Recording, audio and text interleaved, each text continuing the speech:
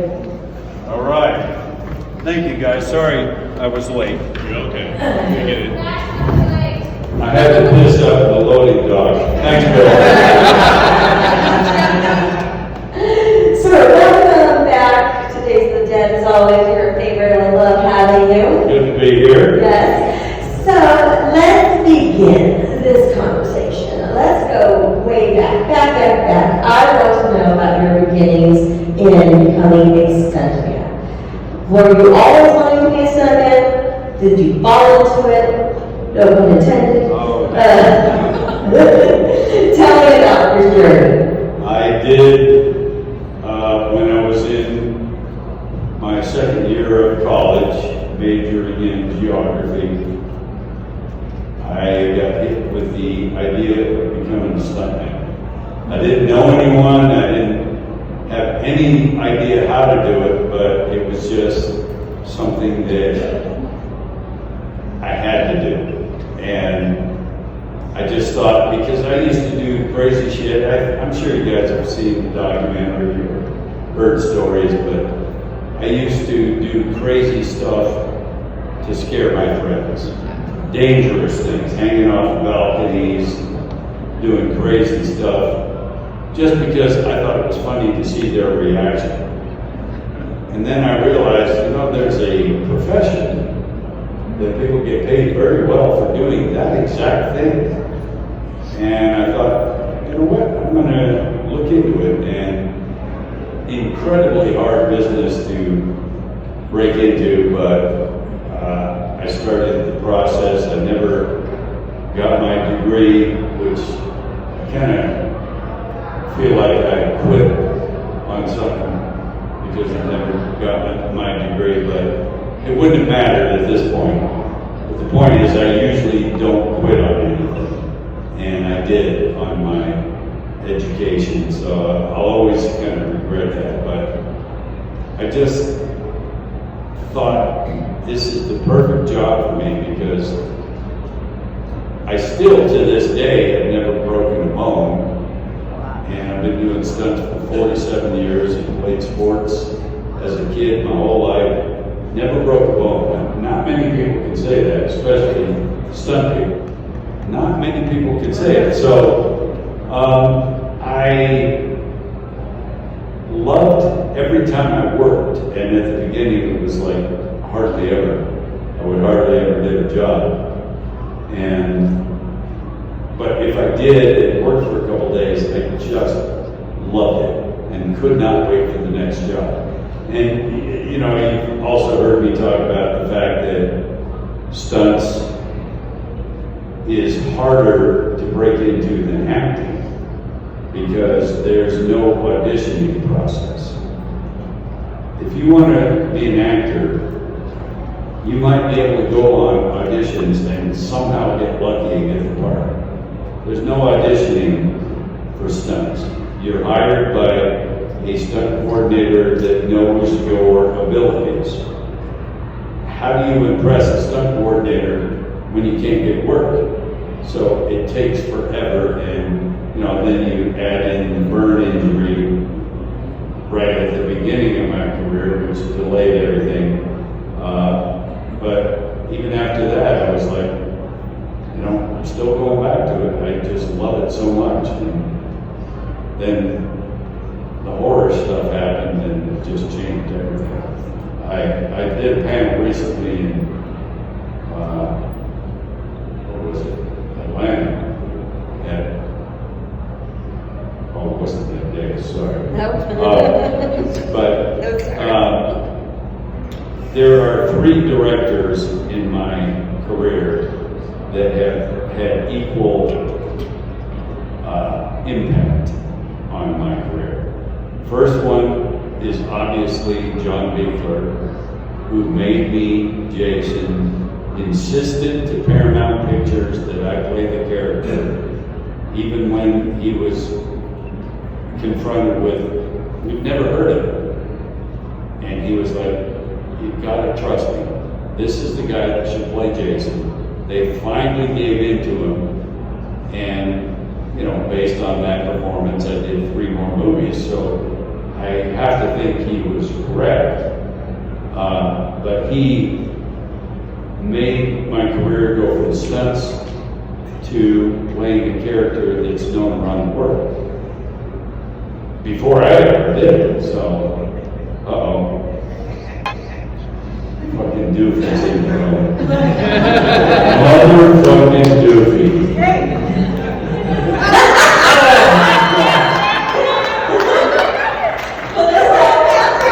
That is amazing.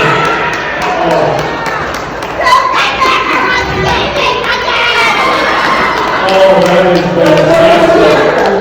Look at that. That's like 3 times the size of Sheridan. Can we see it again? Oh my God.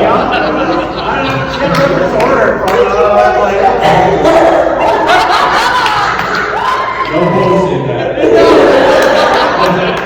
is amazing. Okay, did you hear what he said in the hat? He said, nice bush. I got something for you. What is it? What is that? What is it? It's mints. Oh, Come look at him. Come look at him. It's mints? Like mint. Breath mint.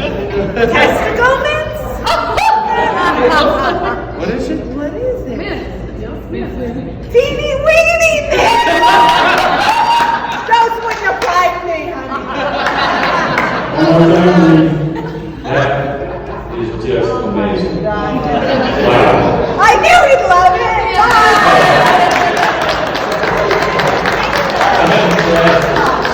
Oh, See if I penis on the table. Let's put your bush on my stage. It's all for you, my love. I got a studio here. Uncle Garrett, that's all. Put it on eBay. She's shedding.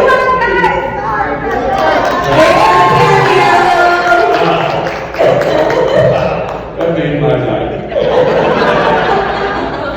I forgot what I was saying. Me too. What was I in the middle of? Not that you're paying attention because you're on your phone, but.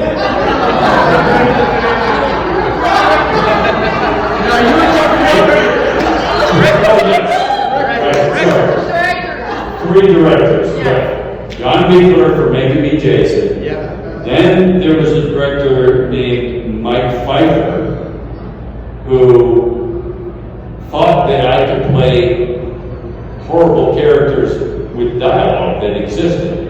So I played Ed Gein for him, BTK. I was in the Bundy movie, all for Mike Pfeiffer, who wrote and directed all of those. So he changed my career to being, people had the impression that I was just a silent guy wearing a mask killing people. Then he started giving me dialogue and playing characters like that. And then the third one being Adam Green, who gave me another character, an iconic horror character to play. And that was amazing because nobody had done that character before. So it was kind of all mine between Adam Green and myself. We developed the character.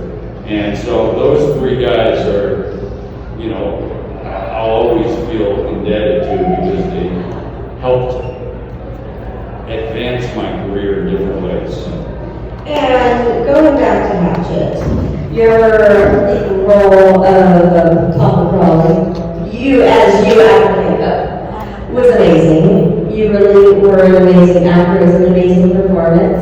How did you pull that out? Well, actually, when Adam asked me to play this character in the movie, and I've heard this kind of thing throughout the years quite a few times. I have a new iconic character that I want you to play, and then it never happens. But with Adam, he made it happen. And I said, okay, I'd like to play this character, but I'd like you to write a scene in where I can show some emotion. That was never even in the script in the beginning, the scene of me as Victor's father. And I just wanted to show another side because this is kind of before Pfeiffer was able to give me some of those roles. And something that my son and I were just talking about, my oldest son, Jace, and I kind of forgot about this, and so did he, because he was quite much younger when we did the first adjective. When you hear Victor yelling or moaning "Daddy" out in the swamp, it's actually my voice and my son Jason's voice mixed, so that there was a kind of a childish angle to the character. So it's kind of cool that he is in the movie and then is also part of Victor's voice. So, and my other son Reed was in Ed Gein with me, and he's what, I don't know, he must have been 7 or something, talking about going out to catch frogs. If you ever watch the movie and you see the little kid talking about catching frogs with somebody, that's my other son. So kind of fun to, because obviously we named our oldest son Jace in part due to the Jason character, but also my dad's name is James, so we thought it was kind of a good combination of names to name him Jace. A nice hybrid. Yeah. Do we have any audience questions? Yes? So, out of all the iconic Mason scenes within Felissa Rose, one of the more iconic ones for me is the sleeping bag scene in New Blood. Oh, yeah. What's your favorite out of all? That one? Yeah. I think we're having a lot of fun with that. Yeah, I have quite a few favorite kills as Jason, but sleeping bag is number 1.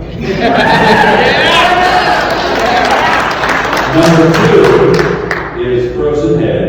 That was awesome. Because I'm probably tired of hearing me talk about it, but if you watch Jason X again, when I put her head into the liquid nitrogen, whatever, I don't even think that's possible, but I put her head in there and freeze it. You see her face freeze.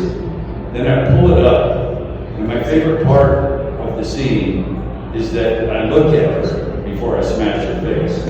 So I pull it up and I go, BAM! And I just think that's such a cool character thing, admiring his work. And then number 3 being punching the guy's head off. There's a lot of other good ones. I think even above the sleeping bag is from the first Hatchet movie, is Mrs. Dramatica, if you remember that kill, where the older woman tries to run away, and I'm like, I don't think so. And I catch her and rip her fucking head apart by her.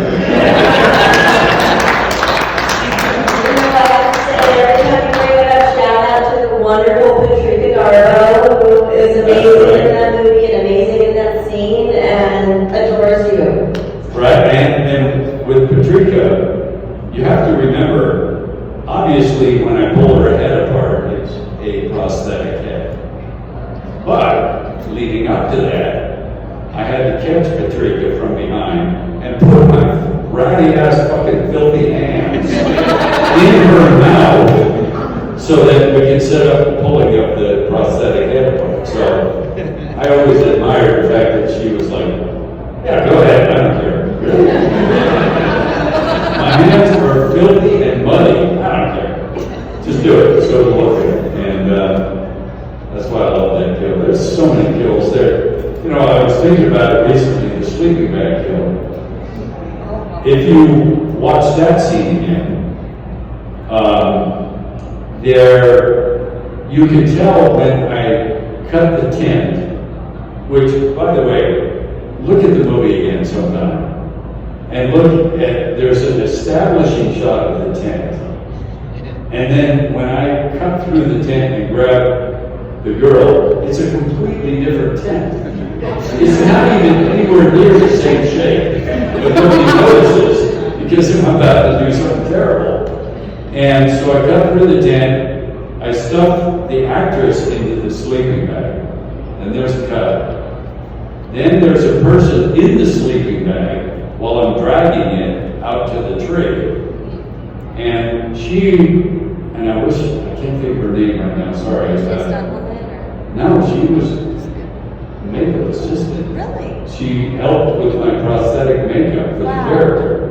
And Beekler said, "Do you mind getting in the sleeping bag?" So that's why you can tell when I'm dragging the sleeping bag, she's kicking. Yeah. So you can see that there's really somebody in there until I get to the tree and swing the dummy. But I think she should do conventions. I mean, Right? Oh my gosh, totally. there's so many people that did small things in some of these movies that do conventions. Like, where was I? Somewhere, probably, I assume New York, doing a convention. And remember the iconic scene in Times Square where I kicked the radio? One of those guys came up to my table and said, "Wait a minute, that's not you." He said, "Yep." He was one of the 4 guys that, were badasses. He wasn't the guy that flipped the knife and had the dialogue, but he was right behind him, and it was cool to see him. Wow. Yeah, so. That's neat. Yeah. And there's so many people that have,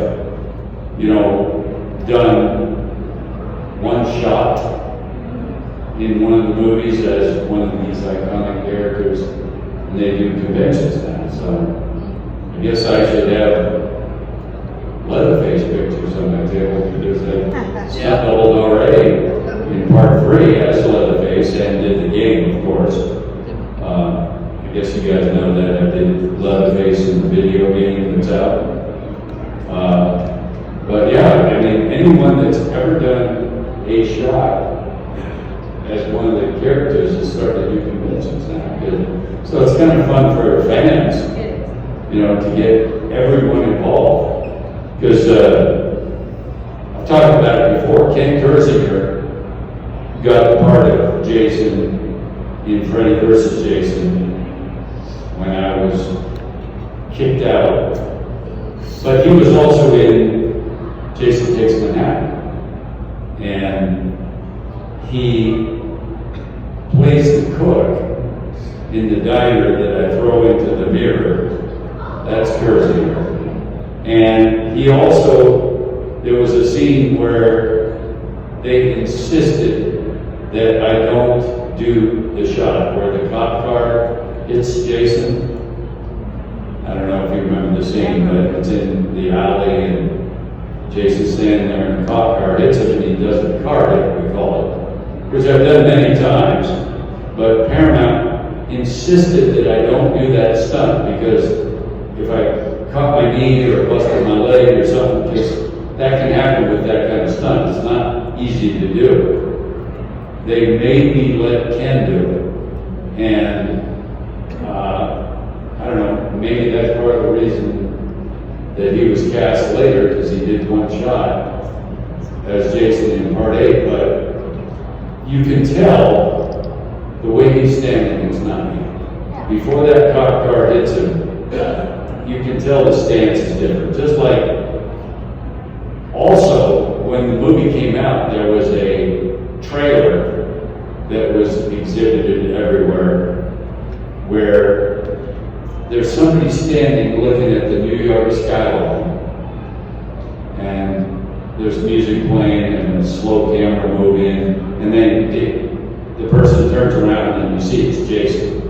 It's to promote that movie. But they did it, and I don't even know who did that show. And he'll probably end up doing convention, but the way he turns around is, I mean, I don't mean to talk shit about somebody else, but he turns around and it doesn't look threatening. He just turns around and goes, and when I saw it, I said, try to at least replicate the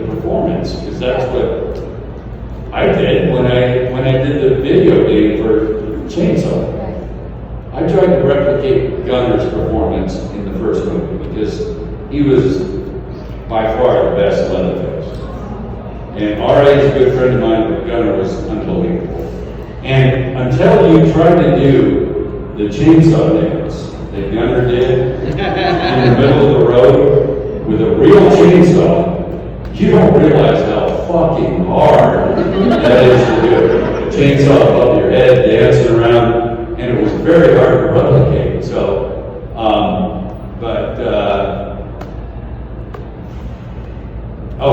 so I was saying, I guess I could have pictures on my table of me as Leatherface, because there's quite a few of them. In fact, I was just talking about it recently. I mentioned this before in interviews, but I was talking about the fact that I'm actually in Freddy vs. Jason. Does anyone know what you did in Freddy vs. Jason? Yeah?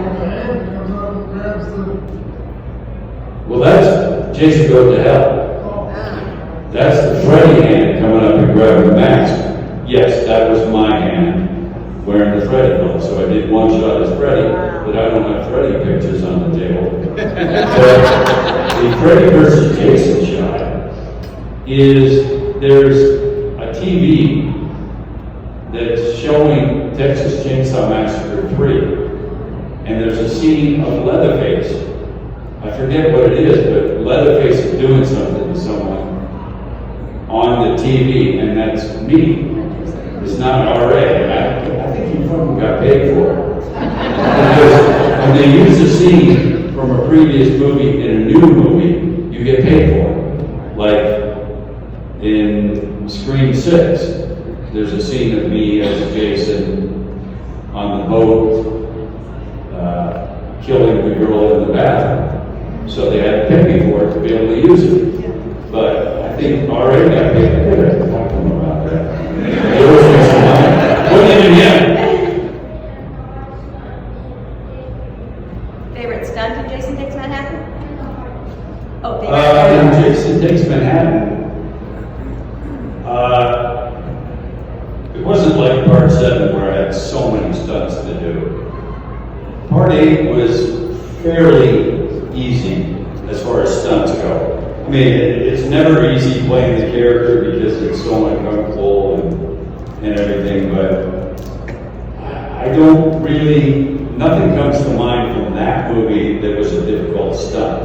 You know, like Part 7 with the fire stunt and falling through the stairs and the roof coming down on my head and so many things, but Part 8 not only was a little easier physically, but also under the hockey mask because it never came off. You never saw it come off other than when I turned around after kicking the radio and lifted it. Nobody saw what looked like the face underneath until the very end. So it was an easy makeup. Part 7, I was in makeup for 3.5 hours every day before starting to shoot. Hour and a half to take it off. Makes for some long days, but Part 8, it was just a cowl, they call it. My face was open. So it was a lot easier to eat and drink and everything. And so not anything really that difficult in that movie. And favorite stunt? She said favorite and most difficult. Favorite being the fire stuff. Oh, the fire. Because, you know, this is a stunt that almost killed me literally when I got burned in 1977, and then in 88, we're doing Friday the 13th, Part 7, and Beekler says, I'd like you to be on fire as Jason. I said, great. I mean, and I never hesitated, even though it was a low point in my life, obviously getting injured like that, but it never made me think I shouldn't do fire anymore. So, not real smart. The circumstances are different too. Have you guys seen Kane's documentary? Yeah, isn't it amazing? I would love to know how that came about, how you were approached, or is it your idea? No, it was not my Because idea. it was a wonderful doc, it really is one of my favorites. Right, Mike Aloisi approached me years ago and said, I think you have an interesting story, I'd like to write a book called Unmasked, which I thought was a very clever title. And it did well, and then 10 years later we did an updated version, because if you ever read Unmasked, there's a couple people that I wanted involved in the book that did not want to talk about it. And those two people are the woman that was with me taking pictures when I got burned, and the woman whose house we went to wait for the ambulance after I got burned. Those two people never wanted to talk about it when we wrote the first book. So when we were able, and Mike, I guess, did it mainly, he was able to convince them, just tell your side, that's all. Doesn't have to be flattering, just tell your side of that day. And they both did, so that's when we came out with the 10th anniversary edition of the book called Kill. Then, based on that book, Derek Dennis Herbert, filmmaker, said, I want to do your story in a visual way, and hence the documentary. So I never thought anybody would really care about any of that. But, you know, I've watched some documentaries about people that I knew got through some difficult situations, and I was myself intrigued to see their story. So I understood that maybe some people would want to hear it. So that's why we did it. And very happy with the book and the documentary. You know, it's not all fun stuff and easy stuff to listen to, but, you know, everybody has tough parts of their lives.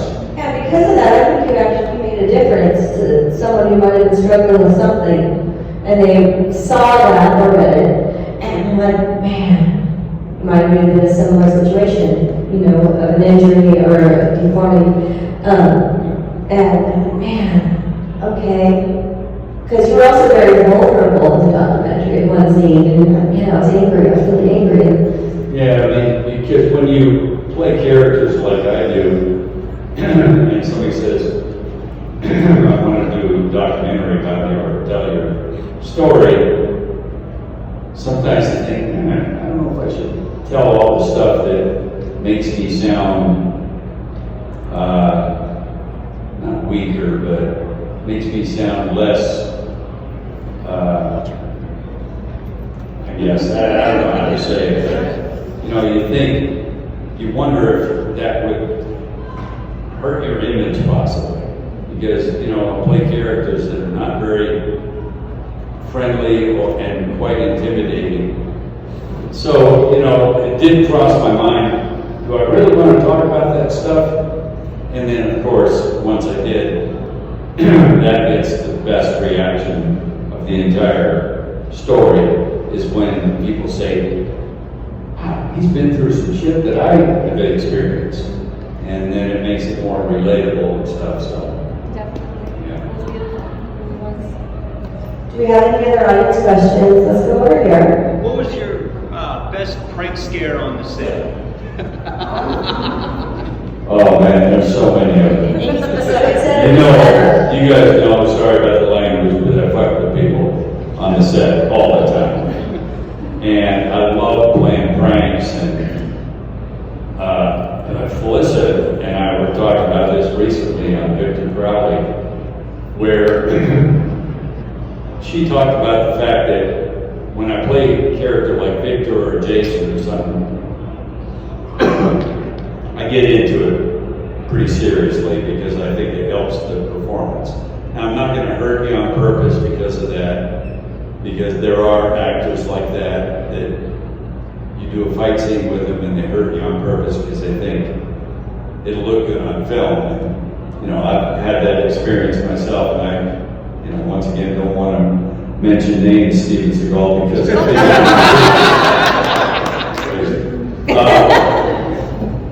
But, I'll do stuff, because when you're in makeup like that, it's very exhausting. I don't know, because you're doing physical stuff, you're in makeup where you can barely breathe, you can't drink anything hardly because you have dentures, you can't eat, and you get cranky. So, before a violent scene where I'm supposed to kill an actor, I'll typically go off to the side and do some psyching up things, like yelling, screaming, listening to heavy metal and stuff like that. And I'll do that shit just to get my energy up. But I also do it because I know that the actor I'm about to kill is watching me. And they're saying, he's about to kill me, and he's fucking punching a tree and banging his head on the wall. And then their scene is coming up. So I will do more of that just to entertain myself, knowing that it's fucking with their mind. And they said after the fact that it helped their performance, because they're like, this guy's fucking crazy. So I will do that for my entertainment and for just to mess with them. And Felissa said exactly that. She was like, you remember what I did to Felissa, right? No. Victor Crowley. She tried to call for help on her cell phone. Oh. And so I ripped her arm off that was holding the phone. And I jammed it up her lower region so hard that her hand came out of her mouth still holding the phone. And the phone is still working, by the And way. the phone is still working in here. 911, what's your emergency? And Adam Green does that. Her prosthetic has her arm hanging out of her mouth in his office. But, so, that kind of stuff just helps break the monotony and makes it more fun for me. And if I can screw with somebody's mind at the same time, even better. I saw someone over here. Yes, right? When you did 13th Fanboy, when you read the script, were you upset that you got so loud on stage? I got to get the gas? Oh, no, not at all. 13 Fanboy. I play myself in it. Yeah. As the guy that played Jason, basically, kind of.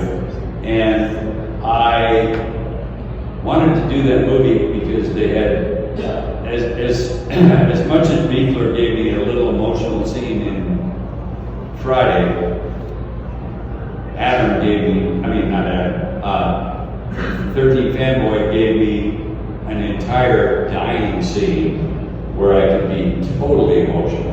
I don't know if you've seen the movie. I'm really happy with the outcome of it. And the fact that the killer tries to kill me because I played Jason, basically. And I'm dying, and I'm laying in the arms of a woman and talking and having a big emotional crying scene. And the woman is, she played Jennifer Banco as the actress. She played young Tina in Part 7 as a little girl. And now she's obviously an adult and I'm dying in her arms. I thought that was such a cool, bringing it full circle type of thing. And because I had done Chainsaw 3 with her also. And it was just fun to do an emotional scene like that because every actor wants to show another side of what they're known for. If they're a comedian, they want to do something dramatic, and vice versa. So I was happy to do the movie. I really like it, and There's a new one that came out recently called The Activated Man. And it's really Tony Todd's movie, but I play a pretty major supporting character in the movie. And it was instrumental in my career because it was the most dialogue I've ever had in film. And, you know, I guess most actors are used to this, but to have a 4.5 minute dialogue scene with one other actor, just back and forth, 4.5 minutes, that is really long in a film. Just one scene of he and I talking back and forth to each other. It was such a great challenge to have that much dialogue. It wasn't all that emotional, but it was important to the story. And I think, you know, fortunately I won a couple of awards at film festivals for the performance and the ensemble cast and stuff. But it's, take a look at it. It's an interesting movie. It's not, you know, so many of the movies we do are kind of mindless and simplistic and you don't have to really think about it. But this one, you really have to pay attention to what's going on. And it's far more intelligent than most of the stuff I do. But I'm very happy with that movie.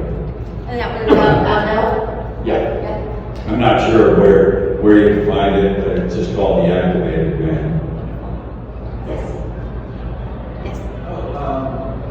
For Jason Goes to Hell, did you guys feel any scenes with him unmasked? Because I know it was on the game, being behind the scenes, half skeleton, whatever.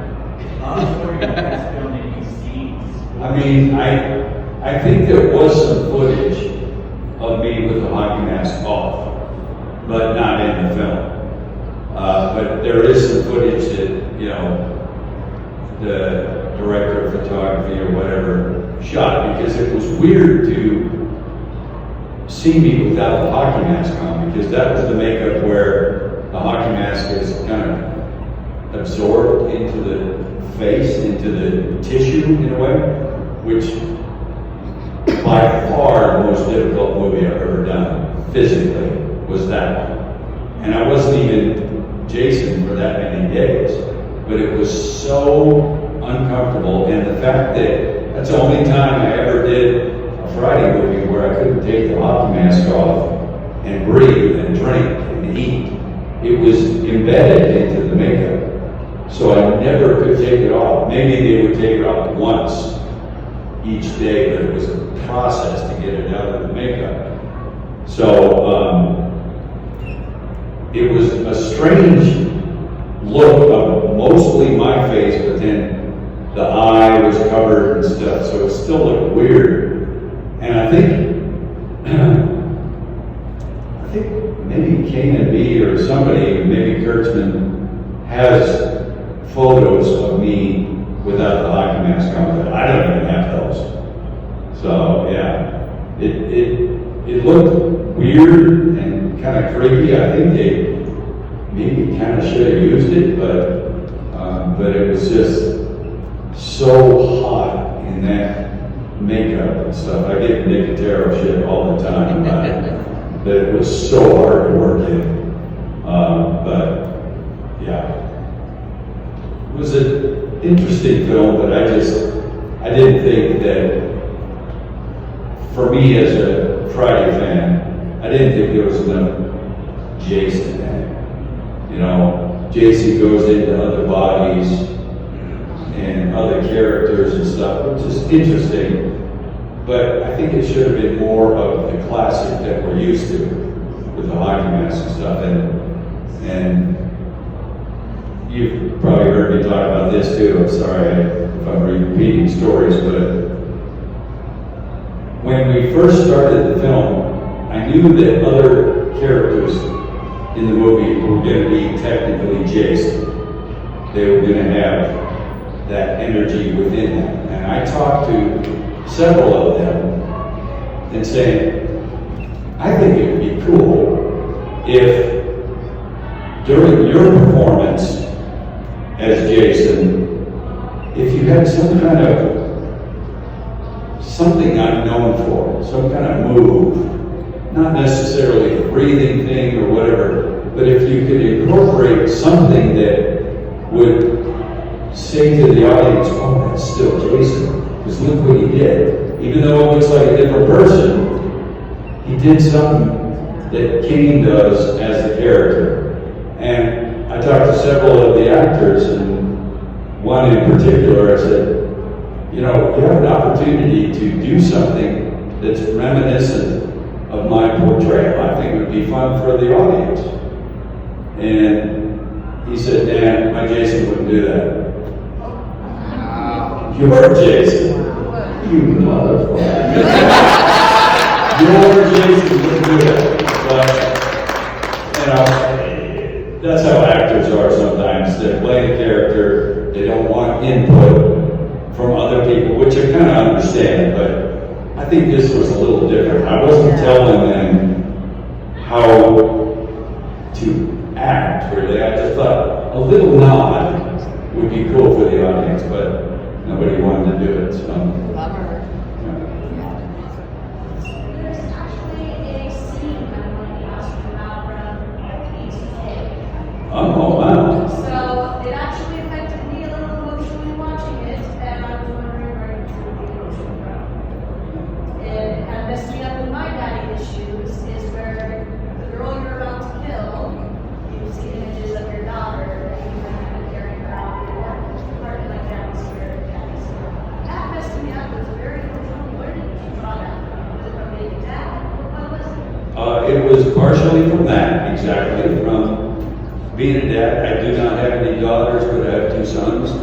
But just being a dad, I kind of kept that in mind, and honestly, it was more Mike Pfeiffer with his input, because, you know, it's one thing to play a character like Jason or Victor that didn't exist.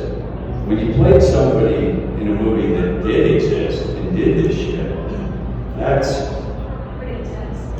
very intense. And I look at pictures of me as Dennis Rader, and it's like creepy, man. Because, you know, with the glasses, and I wish the only regret I have about doing the BTK is that I should have shaved my head, because he had no hair on top. Right. So I think, I wish I had the balls to go that dedicated into the character and shave my head, because he had hair on the sides. But besides that, with the mustache and the glasses, I looked a lot like him. And it was just amazing to play a character that existed. Ed Gein, you know, he didn't really kill people, he did weird shit with their bodies. But that was the first time that I ever did a movie where I showed my scars from the burn injury. And that was all Pfeiffer saying, you know, it might be interesting if we show your scars, even though Ed Gein wasn't burned. He thought it would kind of enhance the character, and I agree with him. And, you know, the scars are kind of scary. I mean, I'm 50% scarred forever. And he was like, why don't we use it instead of hiding it? I was like, wow, nobody ever said that to me. So that's why we did. But that scene, yeah, I drew from, you know, what you're saying, and then with his input, and he did Ed Gein, he did Bundy, he did BTK, and he just did a Gacy movie, I believe, which I said, damn, why didn't you let me play Gacy? That would have been amazing, because, you know, he's probably one of the scariest humans that ever lived. There's a lot of crazy people out there, but Gacy, man. And going off on a tangent here, one of my prized possessions from my career, one of my favorite things I own is I have friends in the Chicago area. And the guy's name is Elton, but it's spelled A-L-T-O-N, Alton. But his mom gave me a Polaroid of her when she was like 5 at a birthday party with fucking Pogo. Can you believe that? And I said, I looked at it and I saw Pogo and I said, and she goes, that's me. I said, what? And she gave it to me. So that's incredible to me, to be to somebody that was that close to a maniacal murderer and walked away. And anyway. So to wrap us up, I want to talk about Casualty Fridays. That's back. Yes, Tiffany Shepis, Felissa Rose, and myself do a podcast called Casualty Friday. We just did 2 more episodes 2 days ago. And, you know, I've done movies with both of them, and we've been friends forever, and it's just such an easy thing to do. But take a listen. I think you'll enjoy it because we have so much fun and we have so much history. And it's just I never thought I'd do a podcast. And if it wasn't for them, I wouldn't be. But we have a great time and we laugh through the whole thing. We have so many stories on the set, and You asked other each other stories. questions as well. Right. Oh yeah. And it's good. Take a look, or I'll kill you. Not kidding. Everyone, please give it up